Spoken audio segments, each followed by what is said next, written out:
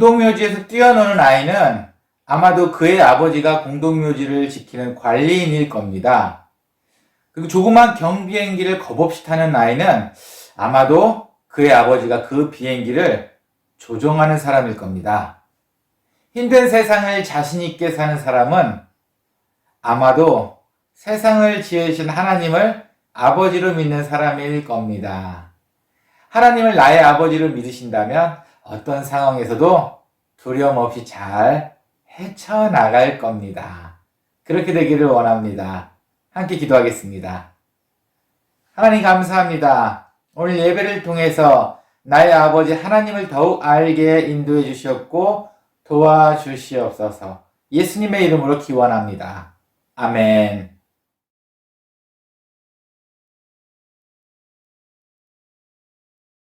여호와여, 나의 말에 귀를 기울이사 나의 심정을 헤아려 주소서. 나의 왕, 나의 하나님이여, 내가 부르짖는 소리를 들으소서. 내가 주께 기도하나이다. 하나님 아버지, 오늘 주일을 맞이하여 온 성도들 함께 모여 예배드리게 하여 주시니 정말로 감사합니다. 주님의 은혜로 사는 저희들, 한 주간도 주님의 보살핌 가운데 잘 살았습니다. 내일도 모레도 우리는 늘 그렇게 주님의 사랑 가운데 살아갈 것입니다. 우리의 모든 염려와 근심을 모두 주님께 아뢰며 주님 앞에 어리광을 부릴 것입니다.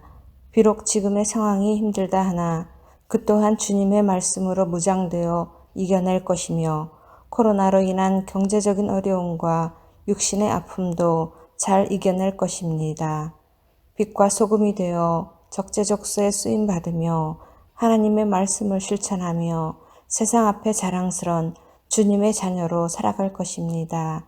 하기에 우리 모두 겸손히 주님 앞에 무릎 꿇습니다. 늘 주님 앞에 아뢰입니다. 더욱더 겸손하며 자만하지 말며 비판하지 않으며 그저 주어진 모든 것에 감사하는 삶을 살도록 하겠습니다. 오늘도 강단에 서신 문성준 담임 목사님, 더욱더 강건하게 주님의 말씀 전하게 하시고 우리들 그 말씀으로 한 주간 또 힘을 내며 살아갈 수 있도록 하여 주옵소서. 지금도 살아 계셔서 역사하고 계시는 예수 그리스도의 이름으로 기도드렸습니다. 아멘.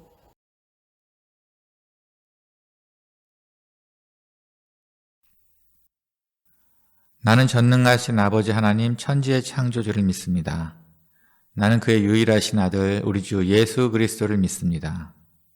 그는 성령으로 잉태되어 동정녀 마리아에게서 나시고 본디오 빌라도에게 고난을 받아 십자가에 못 박혀 죽으시고 장사된 지 사흘 만에 죽은 자 가운데서 다시 살아나셨으며 하늘에 오르시어 전능하신 아버지 하나님 우편에 앉아 계시다가 거기로부터 살아있는 자와 죽은 자를 심판하러 오십니다. 나는 성령을 믿으며 거룩한 공교회와 성도의 교제와 죄를 용서받는 것과 몸의 부활과 영생을 믿습니다. 아멘.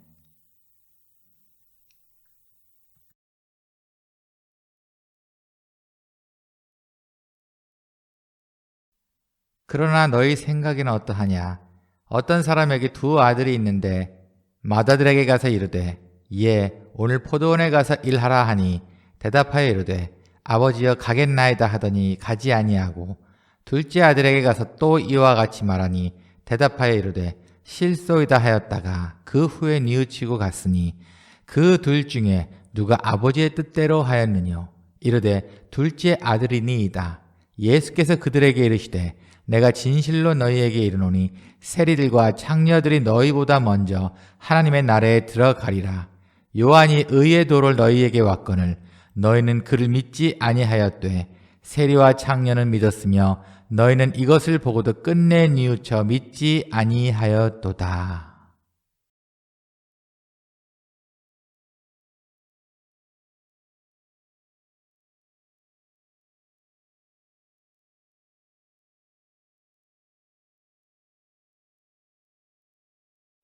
한 주간 평안하셨습니까? 늘 강건한 삶이 되시기를 간절히 소원합니다.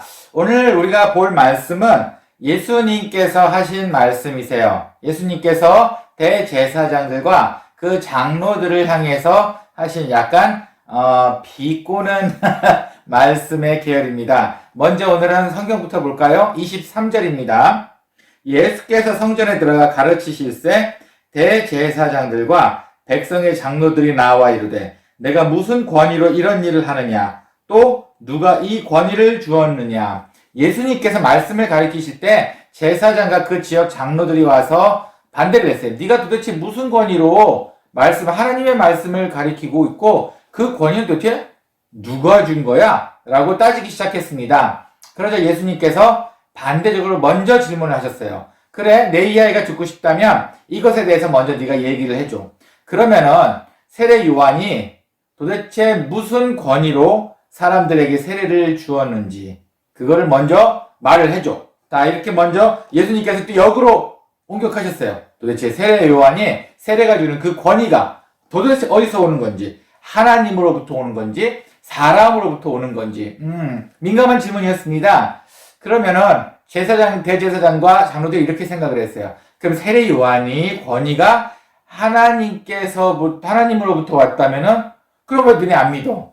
이렇게 공격할 것이고, 그러면 세례 요한의 권위가 사람들로부터 왔다 그러면 그 주위에 세례 요한을 섬기는 많은 사람들이 있었는데 분명히 폭동이 일어날 것이고, 그래서 대제사장과 장로는 머리를 썼어요. 아, 몰라, 말할 수 없어 라고 말을 했습니다. 그래서 예수님께서 그래, 그렇다면 나도 너희가 물어본 그 질문에 나도 말을 할 수가 없어 라고 아주 지혜롭게 맞받아치셨어요. 그리고 나서 그 말씀이 끝나자마자 한 가지 예를 들으셨습니다. 두 아들이 있었는데 그 아버지가 포도원에 가서 일을 하라고 시켰어요. 그런데 큰아들은 네, 가겠습니다 그러고 안 갔고, 둘째 아들은 안 갈래요. 그러고 나서 생각해보고 뉘우쳐 다시 포도원으로 가서 일했고, 도대체 누가 그 아버지의 뜻대로 행한 아들인가, 이렇게 또 이야기를 하셨어요. 그러자 제사장과 장로들과 사람들이 둘째 아들입니다 이렇게 이야기를 했습니다. 과연 이 이야기가 왜 나왔을까요? 갑자기. 네, 바로 그 대제사장과 장로들을 비아냥거리기 위해서 한 이야기였습니다. 오늘 이 이야기를 살펴보려고 해요. 두 아들에 대한 이야기, 그 아들에 대한 그 반응이 도대체 우리에게 어떤 의미를 부여해주고 있는지, 그리고 어떻게 대제사장들과 장로들을 비아냥거리고 있는지 한번 오늘 말씀을 보겠습니다. 자세히 두 아들의 행동을 통해서 하나님께서 원하시는 행동, 과연 어떤 것이 있는지 한번 알아보도록 하죠. 자, 그럼 먼저는 왜 그 두 아들은 그렇게 말을 했을까 한번 생각해 봤습니다. 가장 먼저는 이 두 아들은 그렇게 이야기한 것도 얘기했지만 생각할 시간이 그 두 아들의 마음을 바꾸어 놓았다는 겁니다. 먼저는 첫째 아들이에요. 첫째 아들은 간다 그래 놓고서 안 갔어요. 간다 그러고 생각해 보니 혹시 분노가 생기지 않았을까요? 왜 그걸 나한테 시키지? 동생도 있는데. 아니면은 간다 그러고 생각해 보니 더 가기 싫어. 게을러. 포도밭 일은 너무 힘들어. 귀찮아. 그래서 안 가게 되었는지. 네. 어쨌든 이들에게는 생각할 시간이 이들의 행동을 좌우로 결정을 짓게 되었어요. 둘째 아들도 마찬가지입니다. 처음에는 안 간다 그랬어요. 내가 왜 가야 돼? 형이 있는데? 왜 나 일만 있으면 다 나한테만 시켜, 동생이 나한테? 이랬을 수도 있어요. 어쩌면 약간의 분노가 차 있는 모습이었을 수도 있습니다. 근데 생각해보고 나니 뉘우치고 그냥 포도원으로 가서 일을 하게 되었습니다. 어떠세요? 생각할 시간을 같이 주었는데 반응이 너무 다릅니다. 첫 번째 아들한테는 오히려 부정적인 반응이 일어났어요. 간다 그러고 안 가고, 둘째 아들한테는 안 간다 그러고 간다는 반응, 긍정적인 반응이 일어났습니다. 이 이야기를 통해 또 잠깐 생각해 보았어요. 우리의 신앙도 마찬가지 아닐까라는 생각도 해봤습니다. 여러분은 만약에 생각할 시간이 주어진다면 어느 쪽으로 해석을 하십니까? 사람을 만나고 왔다. 아니면 무슨 신앙의 공부를 하고 왔다. 아니면 교회에서 무언가를 하고 왔다. 라고 돌아왔을 때 여러분들에게 신앙의 시간이 주어지면 과연 긍정적인 생각이 나십니까? 부정적인 생각이 나십니까? 어떻게 해석을 하십니까? 만약에 첫 번째 아들처럼 점점 생각하면 생각할수록 부정적인 생각을 하고 계신 분이라면 가능하면 그런 분은 만나지도 마세요. 너무 극단적인가요? 네. 어쨌든 우리한테도 물들까봐 두렵습니다. 만약에 우리가 그런 생각하고 있다면 그런 생각은 이제 행여도 하지 마세요. 가능하면 긍정적인 생각을 하는 사람을 만나는 게 어떨까요? 결국은 좋은 쪽으로 해석하는 것이 하나님 이 예화의 핵심이 아니었을까요? 제가 지난주에 어느 교수님을 한 분 만났어요. 이분은 남아공에서 유명한 피아노 교수님이세요. 지금까지 좋은 관계를 유지하고 1년에 한두 번은 꼭 만나서 차도 마시고 식사도 하면서 즐거운 교제를 나누었습니다. 지난주에도 바로 이제 오랜만에 한번 만났어요. 그분의 테크닉도 음악도 너무 마음에 들고 저희는 좋아합니다. 그런데 문제는 그 교수님이 몇 해 전에 파킨스 병에 걸리시게 되었어요. 파킨스 병은 뇌가 생각하는 것과 몸이 따로 움직이는, 몸이 약간 경직되는 그런 병이십니다. 그런 병이에요. 피아니스트한테는 아주 치명적인 거죠. 내가 생각하고 있는 음악이 손끝으로 나와야 되는데 그럴 여유가 없고 그게 소통이 잘 안 됩니다. 너무 힘든 시간을 보내셨어요. 정말 힘든 시간을 보내셨어요. 저희도 뭐 계속 기도하겠다 이야기하고 꾸준히 사랑의 교제는 나누었지만 그러다 보니 지난주에 한번 만나게 됐어요. 근데 지난주에 만났을 때는 좀 오랜만에 만났는데 사뭇 분위기가 달랐습니다. 네, 훨씬 많이 밝아지셨어요. 그리고 많은 이야기를 나누다 결국은 저희가 먼저 물어봤죠. 요즘 건강은 어때? 파킨스 병은 좀 잘 극복되고 있어? 얼굴은 좋아진 것 같은데 라고 말을 했을 때 오히려 이 교수님의 얼굴이 환해졌습니다. 그리고 나서는 나만의 방법을 찾았어. 파킨스 병이 아직 나아지지는 않았지만 나만의 방법을 찾았어. 처음에는 뇌를 속이기 위해서 이 단어가 저한테 상당히 충격적이었어요. 뇌를 속일 수 있다? 근데 어쨌든 뇌를 속이기 위해서 예전에 연주했던 곡만 연주하려고 하셨답니다. 그런데 시간이 지나고 자신감도 붙고 용기도 붙으셨는지 이제는 뇌를 속일 필요 없이 새로운 곡을 도전하셨는데 잘 되시고 계신답니다.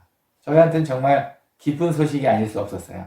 정말 잘 됐습니다. 네, 한번 이 생각을 해봤어요. 이분과의 만남은 저한테 아주 정말 극적인 도전이었습니다. 그럴 수도 있구나. 사람이 급하면 자기의 뇌를 속일 수 있는 상황까지 가야 하는구나. 하지만 극복했을 때는 더 큰 기쁨이 오는구나. 그래서 이분을 처음 만났을 때, 지난주에 처음 얼굴 뵀을 때, 그 밝은 모습이 의미하는 바가 바로 그것이었던 것 같습니다. 여러분, 제가 이 얘기를 왜 하냐면, 이분처럼 삶의 주도권을 갖고 오거나, 내가 먼저 그것을 극복하게 되었을 때는, 긍정의 생각이 더 가능해집니다. 하지만, 삶에 끌려가거나 억지로 끌려가거나 힘든 삶을 유지하거나 계속 스스로 낮아지는 생각을 하게 된다면 모든 것이 다 부정적으로 해석이 된다는 겁니다. 그러다 보니까 첫째 아들과 둘째 아들의 상황이 조금은 이해가 되는 것 같아요. 물론 예화를 들기 위한 예화였지만 하지만 그럼에도 불구하고 우리의 삶과 너무 밀접한 관계가 있습니다. 여러분, 혹시 여러분의 삶은 긍정적이십니까? 부정적이십니까? 하나님께서 원하시는 첫째 아들의 모습을 갖고 계십니까? 둘째 아들의 모습, 그것을 가지고 계십니까? 네. 그리고 나서 다시 한번 이 본문으로 다시 올게요. 그리고 또 생각해 봤습니다. 과연 이 아들들이 말하는 그 이야기 방법, 간다 그러고 안 가고, 안 간다 그러고 가는 것. 혹시 이거 습관 아닐까? 라는 생각도 해봤습니다. 왜냐면 우리 주위에 너무나 말로 인한 습관을 가지고 계신 분들이 많기 때문이에요. 만약에 습관이라면 습관적으로 갈게요 하고 안 가거나 아니면은 안 가요! 무조건 반대로 이야기하는 무조건 그런 분이 있다면은 혹시 둘 다 잘못된 습관을 가지고 계신 건 아닌가요? 잘못된 습관, 우리가 갖고 있는 잘못된 습관은 언제 어떻게 시작되었는지는 모릅니다. 우리가 어떻게 자라온 환경 속에서 일일이 다 알아볼 수 없기 때문이죠. 하지만 그 잘못된 습관은 자신의 눈과 귀와 마음과 정신까지 속이고 맙니다. 그리고 그게 맞는 줄 알고 살게 됩니다. 그런 경우가 참 많은 것 같아요. 내 잘못된 습관 혹시 여러분들은 잘 알고 계십니까? 그리고 그걸 잘 사용하시고 계십니까? 그리고 그 잘못된 습관으로 인해서 혹시 상처를 주거나 받으신 적 있으신가요? 저는 레슨을 해서 가르친 지가 한 벌써 30여 년이 됐네요. 와, 네. 꽤 오랜 시간 많은 아이들을 레슨했습니다. 얼마나 많은 아이들을 레슨했는지 얼굴이 기억도 안 나고 이름도 기억도 안 나는 사람들이 많아요. 어쩔 때는 그룹 레슨도 할 때도 있고 뭐 이러다 보니까 어쨌든 그러다 보니까 저만의 음악 레슨 노하우가 생겼어요. 그리고 아이들 레슨할 때 종종 하는 설명이기도 합니다. 연습에는 3가지 단계가 있습니다. 이건 제가 정말 뼈저리게 느낀 단계예요. 첫 번째 단계는 새로운 악보를 받았을 때 뇌를 최대한 활용해야 한다는 연습법이에요. 일단 악보를 보고 나서 이 악보의 피아노 혹은 무슨 악기든 어디에 있는 걸 연주해야 하는지, 그리고 어떤 리듬이 정확하게 해야 하는지, 그거에 대해서 정말 처음 새로운 곡을 받으면 뇌가 복잡해집니다. 경험해 보신 분은 알 거예요. 새로운 곡을 시작할 때는 야, 이 어려운 곡, 쉬운 곡은 괜찮지만 레벨이 올라가면 올라갈수록 새로운 곡을 받으면 정말 첫 번째 연습 단계에서는 애지간히 뇌를 많이 씁니다. 이게 맞는 건가 틀리는 건가. 속도도 느리고요. 곡도 점점 헤쳐나가지 못하면 지루해지기 시작합니다. 하지만 이 첫 번째 뇌를 쓰고 손끝이 같이 연결되는 연습법이 중요한 이유는 처음에 악보를 잘못 봐서 잘못 연주하면은 끝까지 고치기 힘들다는 겁니다. 자신도 속고 말아요. 그게 맞았는지 틀렸는지 알 길도 없습니다. 비근한 예로 저는 그 어떤 곡이 하나 있었는데 거의 뭐 30년 전에 아주 연주를 잘했었죠. 꽤 어려운 곡이에요. 그리고 레슨할 아이들을 만나서 그 곡을 레슨할 때쯤 된 아이들한테 그 곡을 레슨했을 때 저는 그게 100% 맞은 줄 알고 아이들을 가르쳤어요. 그런데 어느 날인가 한 20년쯤 지나는 그때 아이고 몇 개가 틀렸다는 것을 그때서야 찾았어요. 20년이 지난 그때서야. 파인데 미로 여태까지 연주를 하고 있었던 거예요. 야, 그거를 제가 전혀 느끼지도 못하고 있었습니다. 처음에 잘못된 악보 보기가 결국은 20년 뒤에 결국은 찾아내고 그때 고치게 되었네요. 예. 음악과 다르게 우리의 잘못된 습관은 결국 주위 사람뿐만 아니라 문제는 하나님께도 부끄러운 일을 하고 있다는 겁니다. 혹시 우리 입습관으로 잘못된 습관으로 하나님 할게요 내가 그거 할게요 라고 흘려가는 듯이 첫 번째 아들처럼 이런 이야기를 습관화되게끔 하고 있지는 않으신가요? 아니면 둘째 아들처럼 나 못해요. 하나님 나 시키지 마세요. 나 못해. 이렇게 부정적인 습관화된 대화법을 하고 계신가요? 최소한 하나님께는 그러지 않아야 되지 않을까요? 최소한 하나님께는 그러시면 안 될 것 같습니다. 어떤 심리학자가 이렇게 오늘 그 두 아들을 분석을 해 놓았어요. 첫 번째 아들은 이런 성격일 것 같답니다. 싸우기 싫고 부딪히기 싫어서 일단 말하고 알아서 할게. 그러고 나서 속으로 끙끙 앓는 성격. 맞는 것 같아요. 일단 입으로 한다고 했는데 하기 싫고 상황도 안 되는데 그냥 그 자리를 피하고 그냥 그러기 위해서 부딪히기 싫어서 그냥 한다고 했어. 그리고 속으로 끙끙 앓는 그런 성격. 그리고 둘째는 이런 형을 봐서 그런지 상당히 방어적인 성격. 무조건 처음에 안 돼. 그거 왜 안 돼? 무조건 반대. 그러고 나서 돌아서고 나서는 괜히 그랬나. 좀 후회하고 반성도 하고 그런 성격. 그렇게 어느 심리학자가 분석을 해놨어요. 네. 이것도 보시면 우리의 모습 아닌가요? 여러분들한테도 혹시 그런 모습을 발견하지 않습니까? 네. 최소한 다시 말씀드리지만 하나님께는 그러면 안 될 것 같습니다. 모든 것을 알고 계시는 그 하나님께는 그러면 안 될 것 같습니다. 우리의 잘못된 습관을 빨리 찾는 것이 어떨까요? 그래도 오늘 본문에도 그래도 좋은 뉴스가 있어요. 굳이 한 가지 좋은 것을 찾자면은 하나님께서는 잘못된 습관을 가진 이 두 아들을 둘 다 사랑하신다는 겁니다. 네, 사랑한다는 말은 직접 나와 있지는 않지만 제가 31절 한번 말씀을 보겠습니다. 그 둘 중에 누가 아버지의 뜻대로 하였느뇨 이르되 둘째 아들이니이다. 예수께서 그들에게 이르시되 내가 진실로 너희에게 이르노니 세리들과 창녀들이 너희보다 먼저 하나님의 나라에 들어가리라. 그 둘 중에 누가 아버지의 뜻대로 하였느뇨. 그 둘 중에 누가 아버지의 사랑을 받았겠느냐, 더 받았겠느냐라는 질문이 아니었어요. 그냥 누가 아버지 뜻대로 아버지가 원하는 것을 한 사람이 누구였느냐로 예수님께서는 질문을 하셨습니다. 네, 잘못된 습관을 갖고 있는 두 아들에 대해 질책하신 것은 아니었어요. 사랑에 대해서 논하시지는 않으셨습니다. 얘를 아들과 아버지로 들었다는 것은 아버지의 사랑이 두 아들에게 공평하게 간다는 전제가 있다는 이야기입니다. 단지 누가 아버지의 마음을 조금이라도 더 이해했냐라고 질문을 하신 겁니다. 오늘 본문에 가장 중요한 것은 바로 30절과 32절입니다.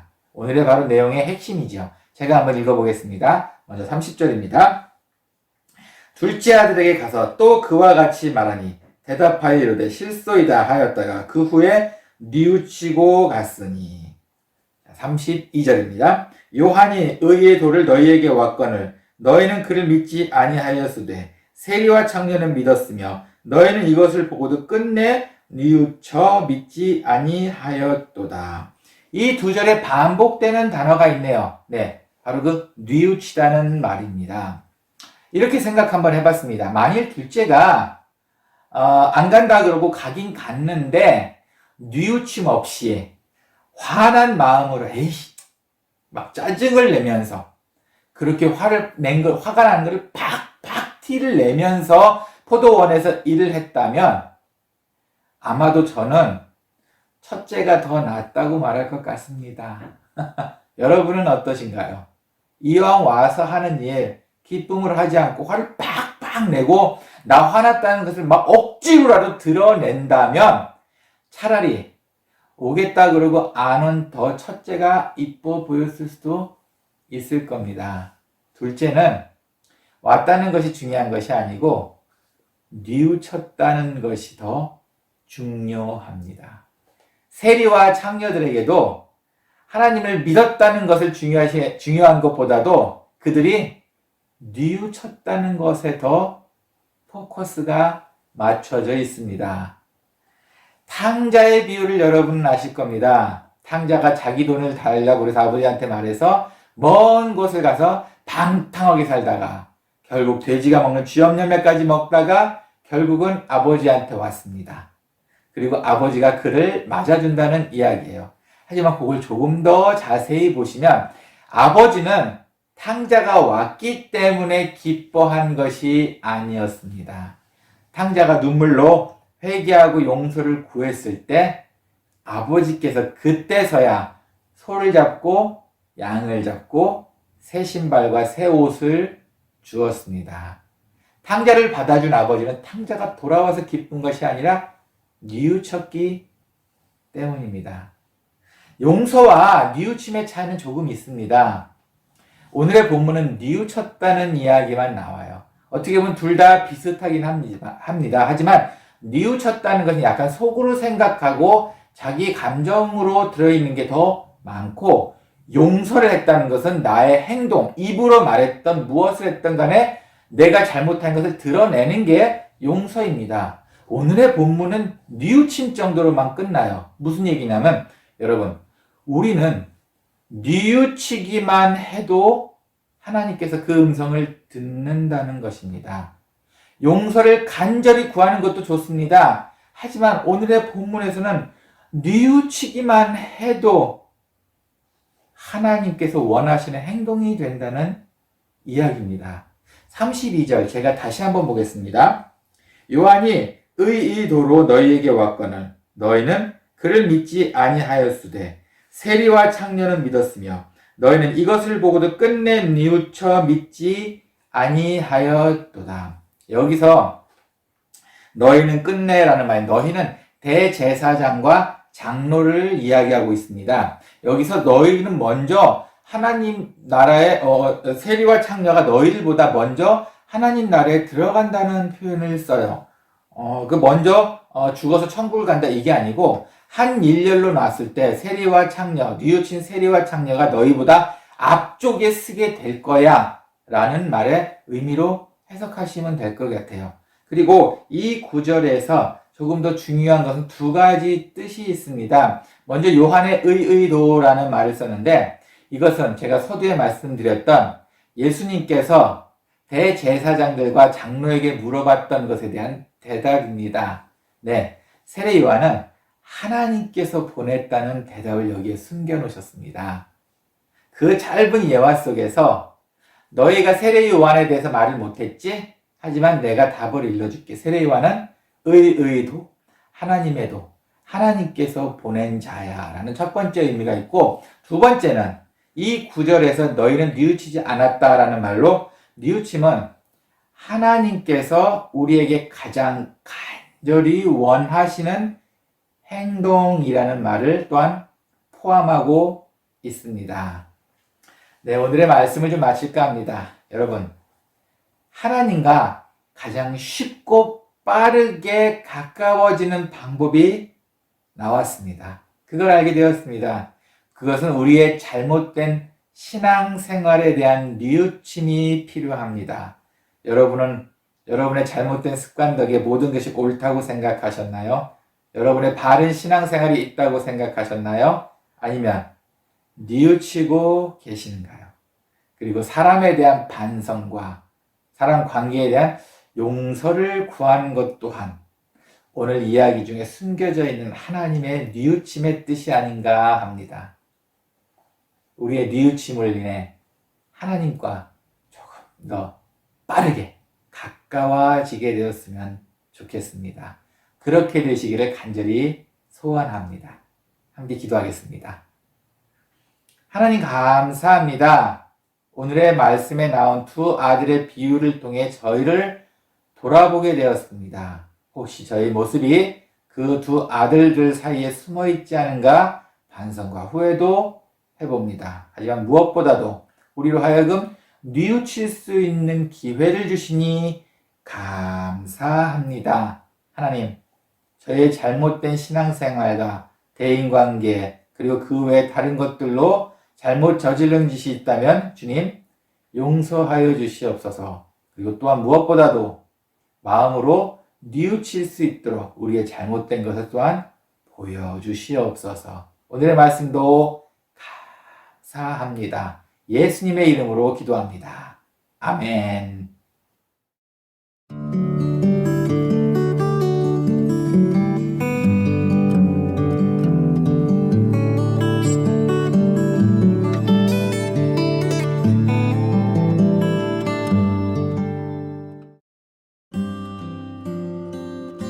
교회 소식입니다. 코로나가 많이 약해졌습니다. 그로 인해 모든 일상이 정상처럼 돌아가고 있습니다. 하지만 그럼에도 늘 조심하시길 바랍니다. 지난주 2022년을 위한 예산안이 잘 통과되었습니다. 예산이 세워진 만큼 잘 채워주시길 함께 기도 부탁드립니다. 다음 주 13일 주일은 현지 교회에서 사용합니다. 그로 인해 온라인 예배로 대신하겠습니다.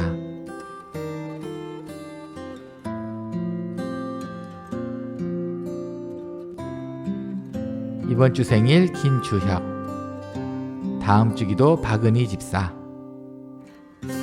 이번 한 주도 늘 하나님께 감사하고 기도 응답 받는 주가 되시길 소원합니다.